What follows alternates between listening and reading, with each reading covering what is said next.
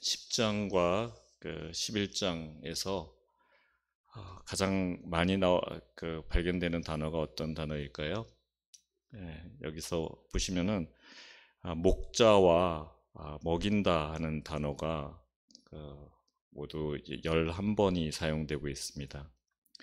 목자는 히브리어로 로에라고 하는데요. 그 로에의 원래의 뜻은 풀을 뜯긴다, 먹인다, 그리고 또 더 나가서 돌본다, 사귄다, 친구가 된다라는 그런 의미를 가지고 있습니다.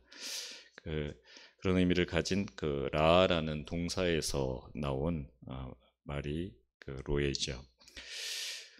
이 10장, 11장 두 장은 우리의 선한 목자이신 하나님이 양인 우리를 위해서 어떤 일을 하실지 말씀해 주고 계십니다.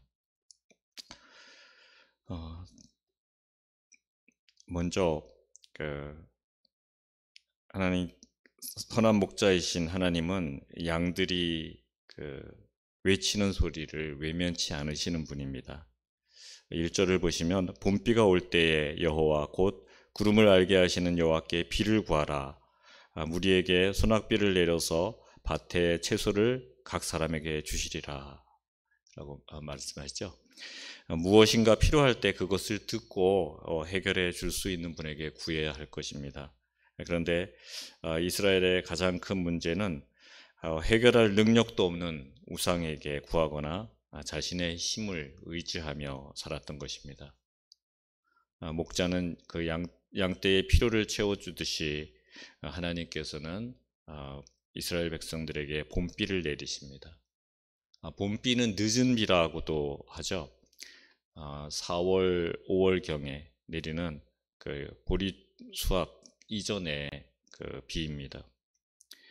이 비는 수확을 앞둔 곡식이 연글게 하는 아주 중요한 역할을 하죠. 그렇지만 때가 이르렀다고 해서 반드시 늦은 비가 내리는 것은 아닙니다. 하나님이 그 비를 허락하셔야만 내립니다. 그런데 어리석은 사람들은 그 들어줄 능력도 없는 우상에게 매달리죠.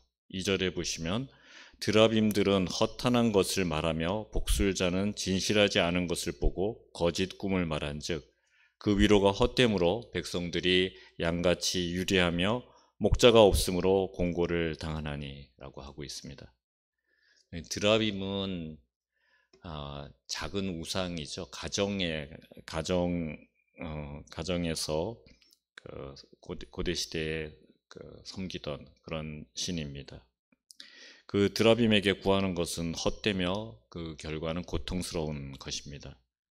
그리고 또 복술자는 동물의 간을 쪼개서 미래가 어떨지 그 기륭을 판단하고 예언하는 그런 미신적인 관습을 행하는 사람들이죠. 이들은 다 사탄에 속한 자들입니다. 거짓된 사람들입니다.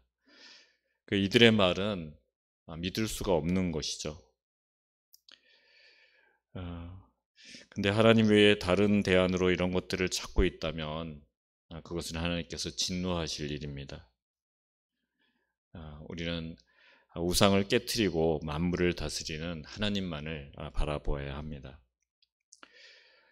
또 우리의 목자 되신 하나님은 전쟁에 능하신 분이라고 말씀하고 있습니다. 4절에 보시면 모퉁이 돌이 그에게서 말뚝이 그에게서 싸우는 활이 그에게서 권세 잡는 자가 다 일제히 그에게서 나와서 라고 말하고 있습니다. 여기서 모퉁이 돌 그리고 말뚝 싸우는 활 권세 잡는 자 모두 백성들을 이끄는 지도자를 표현하는 표현들입니다. 궁극적으로 하나님의 구속사역을 감당하고 언약 백성을 이끌 메시아를 뜻하는 말이죠. 모퉁이 돌은 성전의 주춧돌을 의미하고 말뚝은 그 장막이나 성막의 줄 그것을 지탱하고 있죠. 그리고 장차 그 메시아가 하나님의 나라를 지탱할 것을 그렇게 표현해 주는 그런 단어입니다. 또 메시아께서는 그의 백성의 적들을 물리치실 때 싸우는 활을 사용하실 것입니다. 이 용맹한 목자 앞에 적들이 등장하죠. 권세 잡은 자가 다 일제히 그에게서 나와서 이들은 압제자로서 하나님의 백성을 미혹하는 자들입니다. 이 땅의 힘을 가지고 하나님의 사람을 미혹하는 사탄입니다. 돈과 권력과 건강과 미래에 대한 보장을 해주면서 우리의 믿음을 미혹하여서 싸움을 거는 존재들입니다. 5절에 보시면 싸울 때에 용사같이 거리의 진흙 중에 원수를 밟을 것이라. 여호와가 그들과 함께한즉 그들이 싸워 말탄 자들을 부끄럽게 하리라. 여기서 그들과 함께한즉 그랬는데 그들은 하나님의 도우심으로 그 대적들과 싸워서 승리하게 될 하나님 백성들을 의미하죠. 그들은 하나님의 거룩한 전쟁에 임하는 용감무쌍한 군사들로서 대적들을 물리칠 것입니다.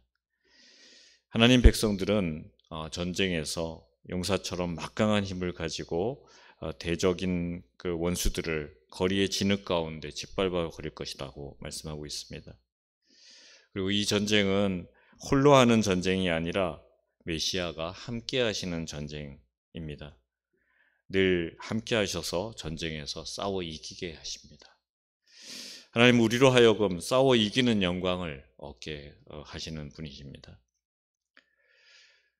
그리고 나서 그 목자이신 하나님은 결국 우리의 삶을 완전하게 회복시키시죠. 6절에 보시면 내가 유다 족속을 견고하게 하며 요셉 족속을 구원할지라. 내가 그들을 긍휼히 여김으로 그들이 돌아오게 하리니 그들은 내가 내버린 일이 없었음 같이 되리라.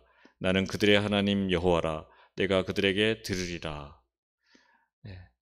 여호와께서는 이스라엘을 돌아오게 하실 것이다 라고 말하고 있습니다. 멸망의 길에서 방향을 돌이켜서 돌아오게 하시는 목자이십니다. 긍휼의 마음이죠. 이 긍휼에 해당하는 히브리어는 그 라함인데 그 라함이라는 말은 태아를 품는 어머니 그 자궁이나 또는 사람의 그 내장을 뜻합니다. 긍휼은 자녀에 대한 그 자녀를 품고 있는 그 따스한 사랑, 자녀를 측은히 여기는 그런 마음, 그리고 자녀가 잘못된 길로 갈 때 내장의 한 부분이 뜯겨져 나가는 것 같은 그런 아픔을 느끼는 그런 마음이죠. 애타는 마음이라고 얘기할 수 있을 것입니다. 하나님은 그런 마음으로 자녀들이 바른 길로 돌아오게 하신다라는 그런 말씀입니다. 8절을 보시면 내가 그들을 향하여 휘바람을 불어 그들을 모을 것은 내가 그들을 구속하였음이라. 그들이 전에 번성하던 것 같이 번성하리라 라고 합니다. 목자가 양떼를 모을 때 휘바람을 휙 하고 붑니다. 그러면 그 소리를 듣고 양떼들이 목자에게로 모여들죠. 이렇게 휘바람을 불어서 양떼를 모으시는 하나님은 그들을 어떻게 하신다고요? 구속하신다라고 하고 있죠. 구속은 종으로 팔려간 사람, 그 사람에게 몸값을 지불하고 사는 행위를 뜻합니다. 근데 그렇게 사서 그 종되었던 자를 자유롭게 하는 것이죠. 죄의 삭신, 죽음에 이를 수밖에 없는 그 이스라엘을 위해서 대신 죽음으로 그들의 죄값을 치르는 분이 바로 메시아입니다. 11절을 보시면 내가 그들이 고난의 바다를 지날 때에 바다 물결을 치리니 나일의 깊은 곳이 다 마르겠고 아수르의 교만이 낮아지겠고 애굽의 규가 없어지리라. 하나님의 그 구속을 가로막는 그 모든 것들, 그것은 다 쳐서 없애버릴 것이다 라는 말씀입니다. 예수님이 풍랑을 향해서 꾸짖을 때 바다가 잠잠해졌고, 모세가 지팡이를 내밀 때 그 바다가 갈라지고 바닥이 말라서 길이 되었습니다. 절망의 바다가 감사와 찬양의 바다로 바뀌었습니다. 11장은 이스라엘을 잘못된 길로 인도한 거짓 지도자에 대한 그 경고로 시작이 됩니다. 먼저 1절을 보시면 레바논아 내 문을 열고 불이 내 백향목을 사르게 하라 라고 하고 있습니다. 레바논은 이스라엘 북쪽에 맞닿아 있는 바닷가에서 그 헤르몬 산까지 이르는 그 지역이죠. 지금도 그 레바논이란 나라의 그 국기는 푸른 바탕에 그 백향목이 가운데 있는 그런 그 그림이 그려져 있습니다. 그래서 고대 때부터 이곳에는 그 아주 좋은 최상의 목재인 백향목의 주 산지로 알려졌습니다. 솔로몬은 그곳에서 백향목을 가져다가 왕궁과 성전을 건축했죠. 그래서 이 백향목은 정말 귀한 대접을 받으면서 스스로를 높이는 교만하고 부패한 그런 지도자들을 의미하기도 합니다. 또 2절에 보면 잣나무, 바산의 상수리나무가 나오는데 이것 역시도 백향목처럼 타락한 지도자들을 뜻합니다. 잣나무는 성전의 마루 그리고 문짝을 짜던 그런 목재입니다. 또 바산은 요단강 동쪽에 갈릴리 바다 동쪽에 있는 비옥한 땅이죠. 그곳의 상수리 나무도 이 백향목하고 잣나무와 함께 나무 중에서 귀하게 영광스럽게 쓰임을 받았습니다. 그렇다면 더욱 겸손하게 자신이 쓰임받는 곳에서 하나님께 영광을 돌려야 하는데, 그럼에도 불구하고 교만하게 하나님께 영광을 돌리지 않고 자신을 높이며 사는 그런 지도자들의 모습을 여기서 빗대고 있는 것입니다. 그리고 5절에서는 그들을 사들인 자, 판자, 또 목자라고 표현하고 있습니다. 5절에 보면 사들인 자들은 그들을 잡아도 죄가 없다 하고 판자들은 말하기를 내가 부요하게 되었은즉 여호와께 찬송하리라 하고 그들의 목자들은 그들을 불쌍히 여기지 아니하는도다. 하나님의 공의에서 멀어진 지도자들에 의해서 이스라엘은 마치 물건처럼 이리저리 팔려 다녔습니다. 사들인 자는 양떼를 번성시키기 위해서가 아니라 도살하기 위해서 그 양떼를 사죠. 그 도살을 하면서도 아무런 죄책감을 못 느끼며 자신은 죄가 없다라고 합니다. 판자들은 자신들의 이익을 위해서 양떼를 도살장에 내어주면서도 내가 부요하게 되었은즉 여호와께 찬송하리라 라고 말합니다. 양떼를 잘 먹이고 지켜야 할 목자들도 양떼가 죽음을 당하도록 방치하고 위기의 순간에 자기만 살겠다고 도망쳤습니다. 이렇게 이스라엘의 그 지도자로부터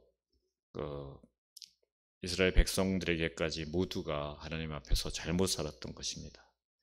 교만하여서 하나님을 따르지 않고 생명의 길을 선택한 것이 아니라 교만의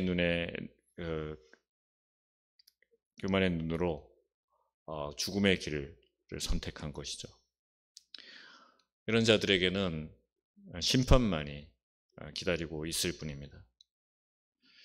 이들을 1절에서 11장 1절에서는 사르게 하라라고 말씀하십니다.